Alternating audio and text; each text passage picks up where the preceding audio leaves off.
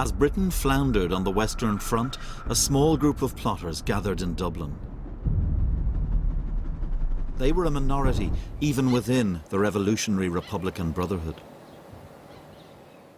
They included poets and hardened rebels.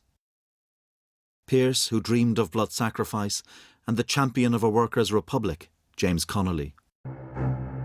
They plotted the downfall of empire in Ireland, here above the tobacco shop of the veteran IRB man, Tom Clark. The rebels decided to move on Easter Sunday, date of Christ's resurrection. But the orders were countermanded by moderates. In the chaos of order and counter-order, Pearse, Connolly and the other radicals made a fateful decision. They would strike with a drastically reduced force in Dublin on Easter Monday, 1916.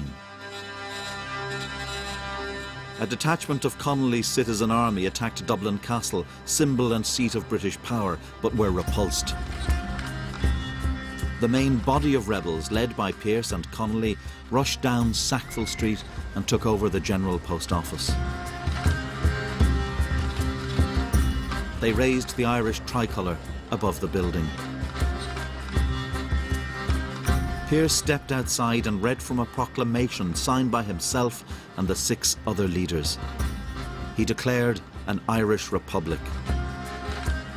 In the name of God and the dead generations, Ireland through us summons her children to her flag and strikes for her freedom.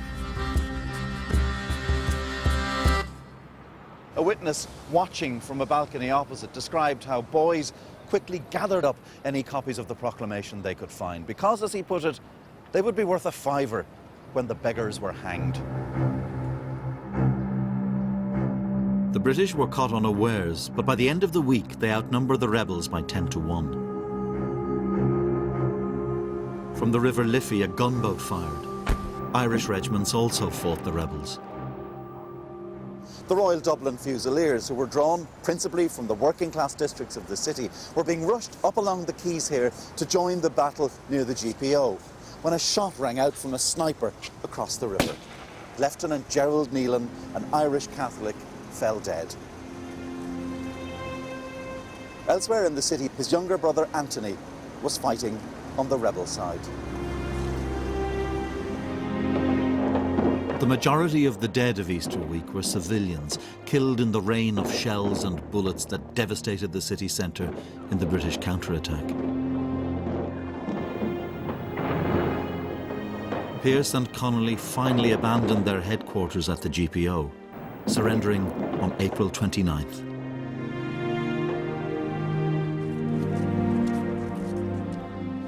As the rebels were led into captivity, they were jeered and jostled by the crowd.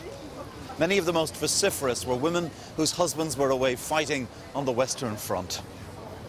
The rising had been crushed, and public opinion now seemed set against the rebels. Until the British made a grave miscalculation.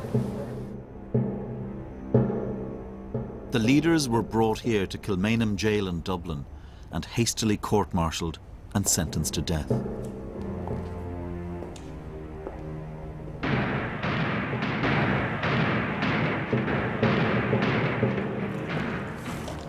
Over a period of 2 weeks, 14 men were executed here. 13 at this end, including Patrick Pearse, and up here, James Connolly, who had to be carried to his execution on a stretcher.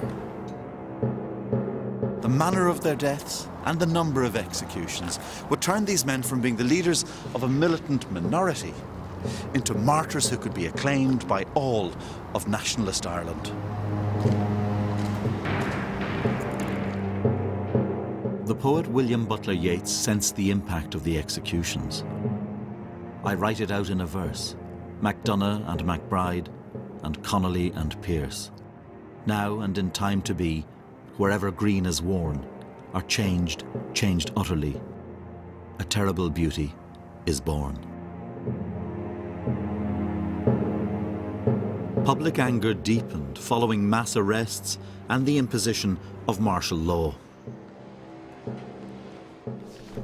Here in the military archives in Dublin is a trove of witness accounts from young men who were radicalised by the events of Easter 1916 and who joined the volunteers in its wake.